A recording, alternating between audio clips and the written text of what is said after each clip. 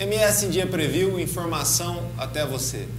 E o convidado dessa edição do programa é botafoguense, tem 56 anos, médico e foi, na minha opinião, de muita gente, o melhor prefeito da história de Campo Grande. Mas não é só uma questão de opinião. Ninguém inaugurou tanta obra no período de governo, ninguém saiu com uma aprovação tão alta e também obteve tanta premiação. Porém, de uns tempos para cá, a política mudou muito. Nessa época de iconoclastia, né, de se mais desconstruir do que construir, mais o debate da crítica do que o debate da solução, ele passou a ser questionado, o que pode acontecer naturalmente com qualquer homem público. Para saber um pouquinho mais, conhecer um pouquinho mais de Nelson Trade Filho, ex-prefeito de Campo Grande, hoje um dos pré-candidatos ao Senado, fica no vídeo.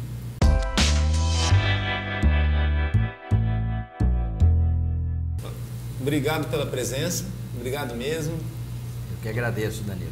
Uma grande honra, viu, senhor? Não é só uma questão de apreço, né? O senhor foi, talvez por números, o prefeito que mais realizou na prefeitura de Campo Grande. Os números não mentem, né? Primeiro é um prazer estar aqui, parabéns pelo MS em Dia, mais uma inovação na sua arte de fazer o bom jornalismo, a boa informação. Você que já percorreu diferentes setores da imprensa e meios de comunicação e está aqui inovando nesse programa que realmente já está mostrando a sua cara e dando a sua marca para todos aqueles que o acompanham. É um prazer muito grande nós estarmos aqui e respondendo a sua pergunta. A gente vivenciou um momento diferente, né? Desde quando a gente pegou a prefeitura, porque a gente recebeu a prefeitura sem ter dívidas, com dinheiro em caixa, salários em dia, 21 obras para terminar e vários projetos em andamento. Nós tivemos a percepção de manter grande parte da equipe, até para poder a velocidade de realização não ser alterada, e com isso a gente conseguiu avançar Campo Grande numa situação que ela se encontra hoje de uma grande metrópole, com avenidas cortando norte, sul, leste, oeste, com realizações muito fortes na área da educação, na área da saúde, na área da assistência social, no transporte público, com o asfalto de 100% das linhas do ônibus, quando a gente saiu da prefeitura. Então isso realmente nos deu esse handicap que até hoje, por onde a gente anda, por onde a gente vai, as pessoas reconhecem como sendo um prefeito realizador, alguém que realmente transformou a cidade e fez com que Campo Grande fosse conhecida como a capital da qualidade de vida. Não, assim, é até uma marca impensável, difícil, pelo que vai vir da gestão pública. O senhor conseguiu inaugurar 1.440 obras, né? É verdade. Algo que dificilmente um prefeito novamente vai conseguir. Não vai conseguir. É uma situação... muita coisa conspirou para isso, né? Primeiro, o jeito que nós herdamos a prefeitura. Segundo, uma equipe competente que soube fazer os projetos. Não é porque tinha o dinheiro fácil que o dinheiro vinha... Não é assim. Além de você fazer o bom projeto, você tem que ser um bom executor. Porque nos governos que nos davam condições para fazer esse tipo de obra, ela sempre era vinculada ao resultado daquele recurso que foi liberado anteriormente. Se não tivesse a última medição, se não tivesse a inauguração, a Caixa Econômica liberando para você poder inaugurar, você não conseguia contrair o outro recurso. Então a gente acabou entrando num ritmo de desenvolvimento que eu me lembro bem, no final do governo, a população nem ia nas inaugurações mais. Ia só a nossa assessoria. Ficava até chato, inaugurava asfalto no bairro inteiro. Quem que vai sair na placa? Só tinha nós. Junta mais, vem cá, vem você aqui. Estava mal acostumado. Já estava muito mal acostumado. Era uma inauguração a cada 2 dias úteis. É algo muito forte. Muito forte. Então, isso deu realmente uma marca. A gente foi esses dias, né, lançamento do Festival do Peixe na Feira Central. Até eu me impressionei das pessoas vindo falar com a gente, bater foto. parabenizar pelas ações que a gente fez na cidade, muitas com saudade. Então, isso realmente está nos credenciando a buscar novos voos, novos horizontes na política. Fazendo um retorno rápido, não é só a quantidade de obras, mas obras assim talvez muito emblemáticas. A rodoviária, eu dou como exemplo, que era um sonho do Campo Grandense, realizado na sua gestão. A própria feira, a revitalização da feira, tornar aquilo. E a questão da qualidade de vida, né? Espalhou aquelas academias ao ar livre, vários bairros passaram a ter uma concepção de comunidade muito mais ampla do que se tinha antes. A gente evoluiu o orçamento participativo do PT para o orçamento comunitário. O que a gente fez? A gente dividiu a cidade em regiões e cada região instituímos um conselho regional formado por lideranças comunitárias da região. Não só lideranças políticas, mas lideranças religiosas, lideranças de entidades como Lions, Rotary, Maçonaria. E a nossa equipe do planejamento ia até esse conselho e discutia quais são as 5 prioridades de vocês. Aí eles elencavam. Aqui no nosso bairro precisa de creche, precisa de asfalto, precisa de posto de saúde. No outro bairro precisa de área de lazer, precisa de recapeamento e assim vai. E das 5 eleitas, a gente fazia pelo menos 2 no orçamento. Isso foi amadurecendo, a gente notou que o retorno do IPTU estava aumentando, ou seja, a pessoa quando vê que a cidade está crescendo, o prefeito é bom e as coisas acontecem, ele não hesita em contribuir. Campo Grandense tem muito claro isso na sua mente. Eu cheguei a ter 89% de adimplência do IPTU. Você sabe o que é isso? Recorde absoluto. Eu ia nas reuniões da Frente Nacional de Prefeitos, quando eu falava isso, ninguém acreditava. Aí o que a gente fez? A gente passou nos conselhos regionais falar o seguinte, o recurso do IPTU que vier desse conselho, dessa região de vocês, vai voltar para a região. Rapaz, era uma briga para ver quem que saía na frente, quem que investia mais na sua região. E, incrível, né? O senhor sai depois em 2012, com essa aprovação enorme, não faz o substituto do partido, talvez, não sei se era o seu candidato, mas talvez o seu candidato seria outro, eu queria até perguntar a respeito disso. Porém, mesmo depois de ter sido eleito outra pessoa, o senhor sai com uma aprovação ótima. A pessoa que entra no mandato de prefeito depois abre 90 sindicâncias no ano seguinte. 90. Não, 274. Pelo que passaram uma empresa, né? E aí, tudo, tentando achar problema na sua gestão, e aí passa a ser questionado de tudo quanto é jeito e tal. E o Nelsinho sai do prefeito, super prefeito, altamente aprovado, para ser um prefeito questionado, mas muito pela esfera política. E até disputa depois, no ano seguinte, uma eleição que começa como um dos favoritos e acaba ficando em terceiro, mas foi decisivo nessa eleição. Essa política da desconstrução que acontece a partir de 2013, a cidade viveu muito isso, a questão da cassação de um prefeito, ela te prejudicou? Você era um prefeito muito mais com a cara do Campo Grandense, daquela cidade harmônica, aquela cidade desenvolvimentista, do que aquela cidade da briga, a cidade da contenda? Isso não combina comigo. Eu sou uma pessoa conciliadora, do bem, nem o meu pior adversário eu mexi alguma coisa para atrapalhar, eu nunca fiz isso, mas eu me defendi. Eu tinha que me defender. Nunca disputou uma eleição com o Bernal, né? Um contra o outro, né? Não teria nem por que ser rivais. Aliás, ele já te elogiou como prefeito, em comícios e tal. Então é uma rivalidade assim que ela não tem muito sentido. O único sentido que tem nisso é patológico. Deve ter algum problema psicossomático na cabeça dele de querer ser aquilo que eu representava. E não conseguiu. Mas eu já perdoei tudo, sabe? Eu estou olhando para frente, elevei muito meu espírito nessa questão do perdão e estou me defendendo, porque muita coisa me deu trabalho. Eu tenho várias demandas judiciais ainda que estão em curso, mas em nenhuma delas eu fui condenado. Isso é uma questão bem clara, né? Às vezes chega essa época da eleição, tem a história do fake news, o que é verdade, o Nelsinho está condenado, o Nelsinho está com bens bloqueados. Eu já cheguei a ouvir até isso, que o senhor teria 800 milhões de bens Pois é, bloqueados. rapaz, Muito dinheiro, né? 1/3 do PIB de Campo Grande. É E atendo todo dia no meu consultório, Trabalha, atendo Unimed, atendo tudo que é convênio, de graça. Não, teria que ter sido uma herança enorme do seu Nelson Trade. Coitado. Meu pai, imagina, para conseguir ter 800 milhões. Meu pai, desde o início da vida pública dele até o final, sempre teve um imóvel, que é a casa onde ele morava, né? Que ainda é a casa da minha mãe. Então, a população sabe, Danilo. Eles sabem onde a gente trabalha, sabem onde a gente vive e sabe que isso não tem cabimento, não tem nexo, né?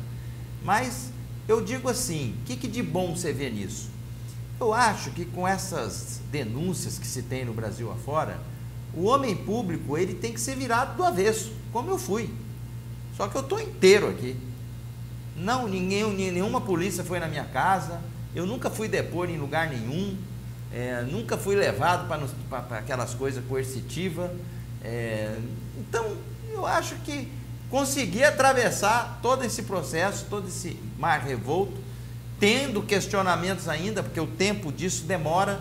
Sim. Segundo meu advogado, ainda vão 15 anos para mim poder terminar toda essa história, mas vou fazer com a maior tranquilidade possível, porque apesar de serem questionamentos assim, por que você contratou a fulana de tal na época na Secretaria de Assistência Social? Ora, eu tinha 18 mil funcionários, como é que eu vou lembrar quem que eu contratei e por que eu contratei? Então, daquelas questões da OMEP, Seleta. Então, mas vamos responder tudo, não tem problema. Isso me fortaleceu, isso me fez, eu costumo dizer que as dificuldades e os sofrimentos são parteiros da solução. Isso me fez ser uma pessoa mais resolvida, ou seja, eu melhorei internamente como pessoa, apesar da mágoa e do ressentimento, da dor que fica, eu exercitei o perdão, isso é uma coisa muito forte dentro de mim, e eu estou melhor do que eu era. Isso eu acho que é muito bom. Consigo passar isso para minha família, para os meus amigos, e talvez por isso a população também recebe, está nos colocando na qualidade de líder absoluto nas pesquisas de intenção de voto para o Senado, né? Agora, esse é um fenômeno muito interessante, até porque o senhor, sendo prefeito da capital, da cidade mais importante do estado, a maior cidade, naturalmente era um nome muito conhecido em todo o Mato Grosso do Sul. Porém, na campanha de 2014, o senhor coloca a apreciação de ser um nome estadual. E começa com muito favoritismo, começa bem, acaba depois não indo para o segundo turno, mas sendo decisivo. E tinha uma vice muito forte também. E depois as coisas acabaram não acontecendo. Aquilo te ajudou também a ficar melhor, mais forte? Ajudou. A derrota ela também ensina? Ensina. As lições de uma derrota são soluções para as futuras vitórias. Foi uma campanha muito difícil, porque eu enfrentei um candidato fortíssimo, que era o Delcídio. A campanha estava polarizada entre Nelsinho e Delcídio. Por conta já dessa questão do PT ou contra PT? Por conta tudo, né? Sim. PT, PMDB, mas o meu grupo político apoiava o Delcídio. E só não tiveram a consideração de me avisar. Isso aconteceu mesmo, não é conversa de bastidores? Não, todo mundo sabe que ninguém escondia isso aí. Eles faziam reuniões, pedia voto claramente para o Delcídio. Isso que me fez sair do PMDB, porque você está num ambiente que você foi traído, o que você vai fazer lá? Né? Mas tudo bem, passou, água passadas não morre. O senhor sabia, em dado momento da campanha, que não daria para chegar no segundo turno? Não, porque você olha, rapaz, você quando entra nisso, você sempre tem uma esperança, né? Não, Mas... vai virar, vai acontecer alguma coisa que eu vou chegar, eu fiz muita coisa boa. Mas as pesquisas mostravam que, além desse problema todo regional que eu passei, eu tive uma situação muito, assim, difícil no âmbito federal. Qual foi? O meu candidato a presidente morreu num acidente de avião, que foi o Eduardo Campos. Seria uma potência. Que eu acho que ele iria ocupar o espaço que o Aécio ocupou, com muito mais conteúdo, com muito mais consistência. A população brasileira, o eleitorado brasileiro, queria uma linha daquela de centro-esquerda, mas com mais conteúdo. E dizem que ele escolheu, né? Ele queria ver, vocês tiveram um diálogo e foi o senhor seria uma escolha estratégica dele para ser governador. Exatamente. Então, a gente perdeu muito com isso, que eu fiquei sem referência. Eu ia nos lugares, mas quem que você está apoiando para presidente? Tinha lugar que podia falar que era a Marina, tinha outros que se eu falasse, os caras tocavam eu da reunião. Aí o que aconteceu? A Dilma manteve o patamar dela de forte candidata e o Aécio começou a subir. Com a subida do Aécio, o Reinaldo grudou no Aécio, era 45 para lá, 45 para cá e pum, me passou, foi para o segundo turno. Nós emprestamos o apoio a ele e vencemos as eleições do Delcídio, que todo mundo sabe o que aconteceu. Aí muita gente decretou o fim do Nelsinho, coisa que não aconteceu. Pois é. O senhor chegou a escutar isso? Opa, dói ouvir esse tipo de situação? Já escutei e meu pai falava, a política é uma arte fascinante porque permite ao homem ressuscitar. Então, nessa eleição de 2014, foi decretado meu fim. Mas, o que eu fiz? Voltei para o meu consultório, assumi de volta a Secretaria de Saúde, do qual sou concursado, e comecei meu trabalho de médico, novamente.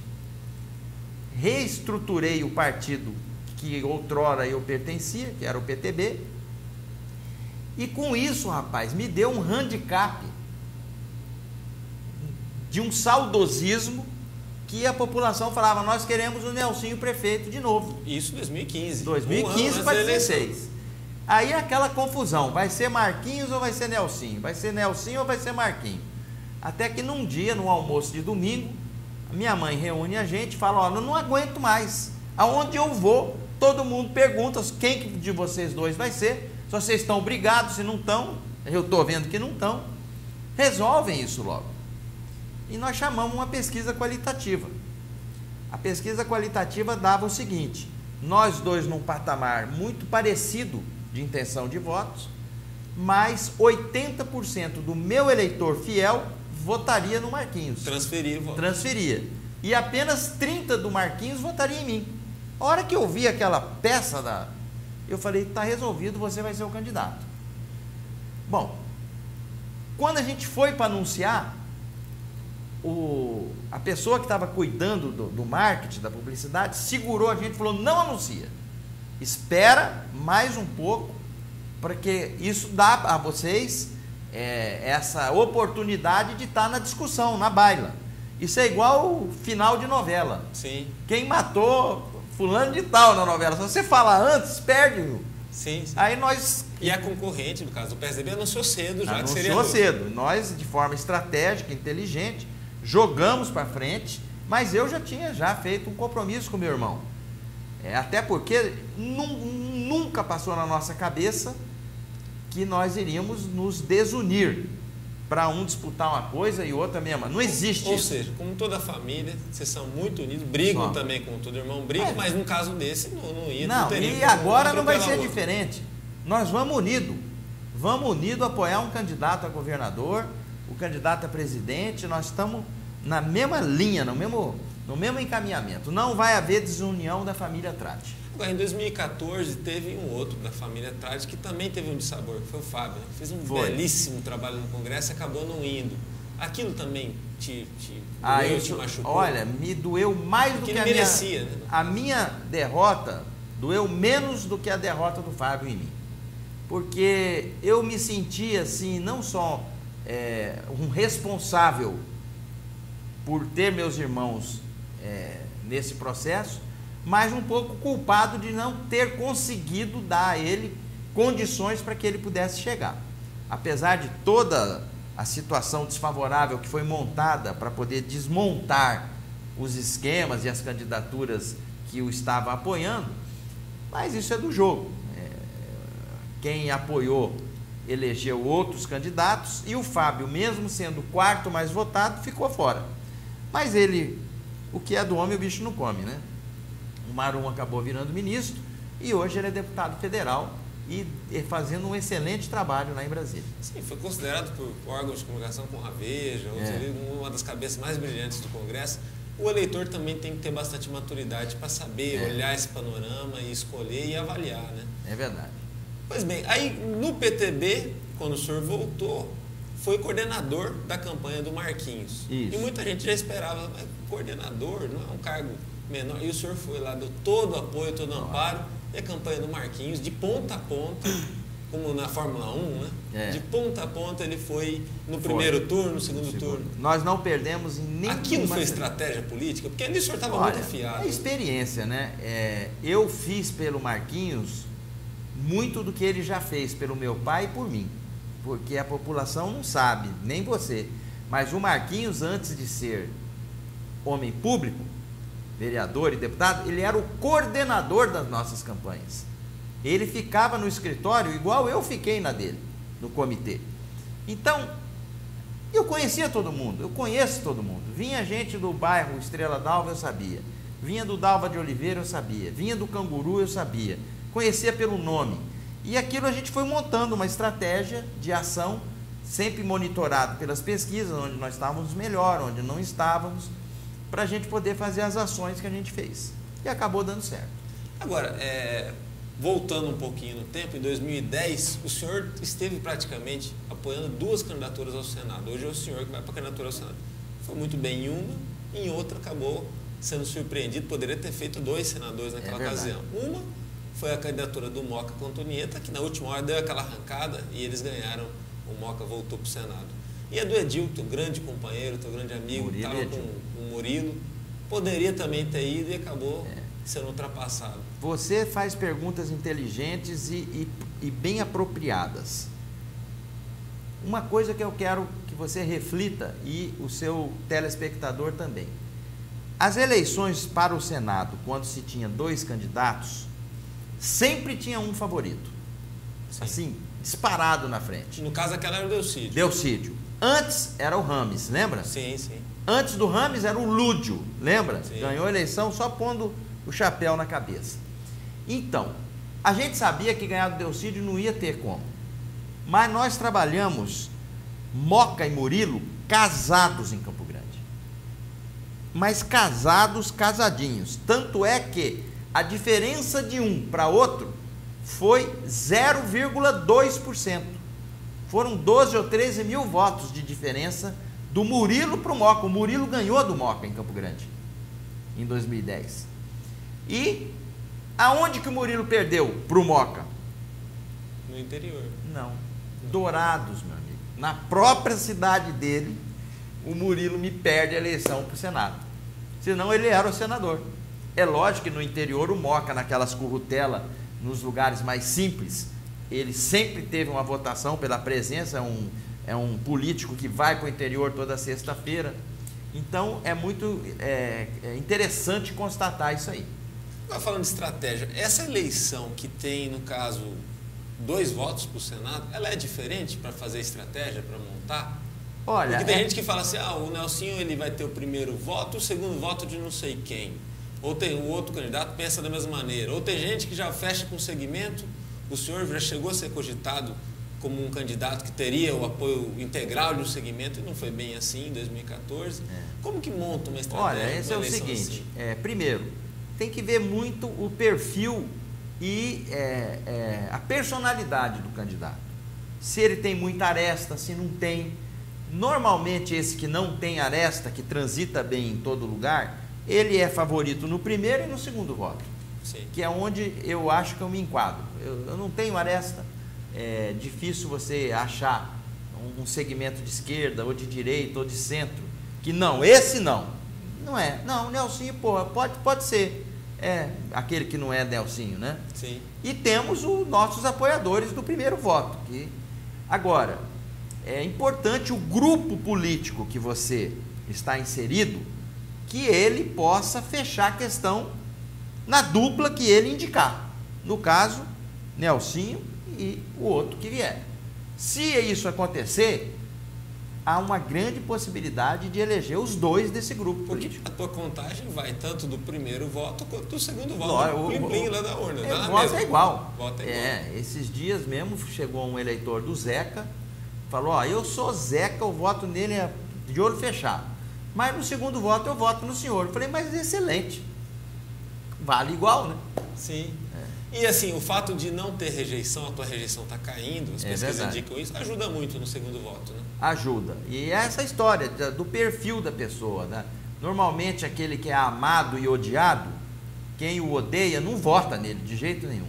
Ao passo que aquele que não tem tanta aresta, ele pode ser uma opção no segundo voto. Agora, o senador, ele é um parlamentar que ele fica 8 anos lá, ele tem um status como de um governador, pelo menos na hora de fazer um discurso, olha, fala o governador, fala o senador, ou é considerado um parlamentar ultra importante. O senhor já foi deputado estadual, poderia ser deputado federal se quisesse em qualquer momento da tua vida, nunca quis se candidatar a isso. As pessoas sabem o que faz um senador? Ou olha, é necessário o senhor chegar sempre explicar? Não, eu tenho explicado. Eu tenho dito que o nosso foco em Brasília vai ser muito de voltar os olhos aos municípios. Danilo, presta atenção. Quando você falta remédio na cidade que você vive, você vai reclamar para o vereador, para o prefeito ou para o secretário de saúde. Quando tem um buraco na rua que você mora, você vai reclamar na sua cidade. Quando falta vaga de creche, você vai reclamar na sua cidade. Dificilmente esses problemas que acontecem, você reclama ou em Brasília ou na Assembleia. Não reclama. Então, o foco de ação do senador tem que se voltar para a cidade, porque é lá que os problemas acontecem e é lá que os problemas são solucionados. Para você ter uma ideia, a cada R$100 que você paga em tributo federal, em imposto federal, apenas R$16 vai para as cidades. Muito pouco, né? 60 vai para a União e o restante para o Estado. Então, essa lógica tem que ser invertida. Não pode você lá só fazer política com o chapéu alheio. Como assim? Eu senti na pele. Aprovaram a lei estabelecendo um valor ao piso para a educação. Excelente. Quem que ia votar contra isso? Sim.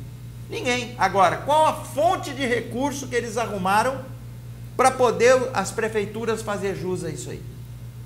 Aí então não pode, tem que ter. O prefeito tem que, e muitos não conseguiu. Sim. Agora que estão começando a equacionar.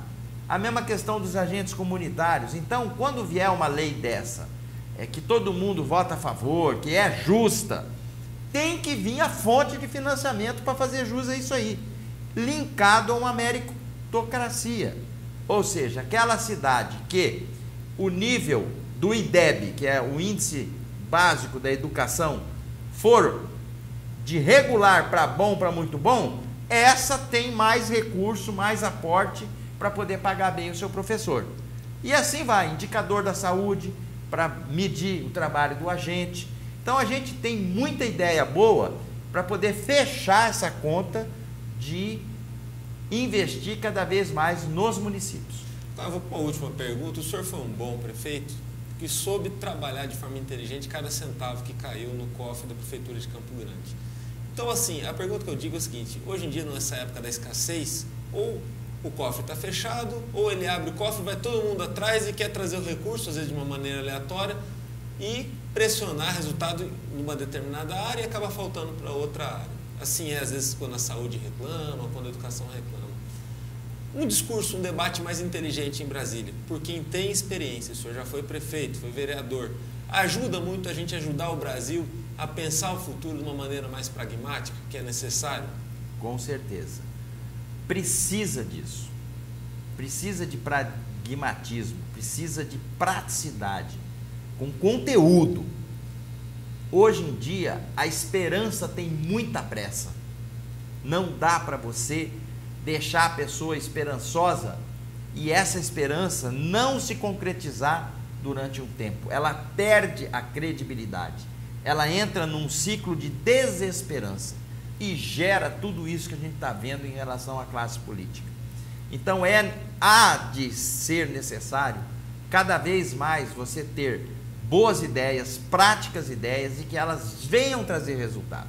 Não pode ficar só no discurso, no palavreado fácil, e isso não vem trazer o resultado prático para a população. Perfeito. Obrigado pela presença. Eu que agradeço. O prazer é meu. Parabéns por essa iniciativa. Sempre que possível estarei aqui levando as minhas impressões e as minhas considerações no programa MS em Dia. Valeu, pessoal, vamos para frente. MS em Dia previu informação até você. Você pode ter acompanhado essa entrevista. Mais importante do que buscar resultados é querer qualidade dos resultados, entender aquilo que está se pedindo e aquilo que está acontecendo. O Nelsinho provou isso como prefeito, prova isso como político. Esse tipo de debate que a gente quer fomentar aqui no MS em Dia. Para acompanhar nosso trabalho, www.msdia.com.br. Um abraço, ficamos por aqui.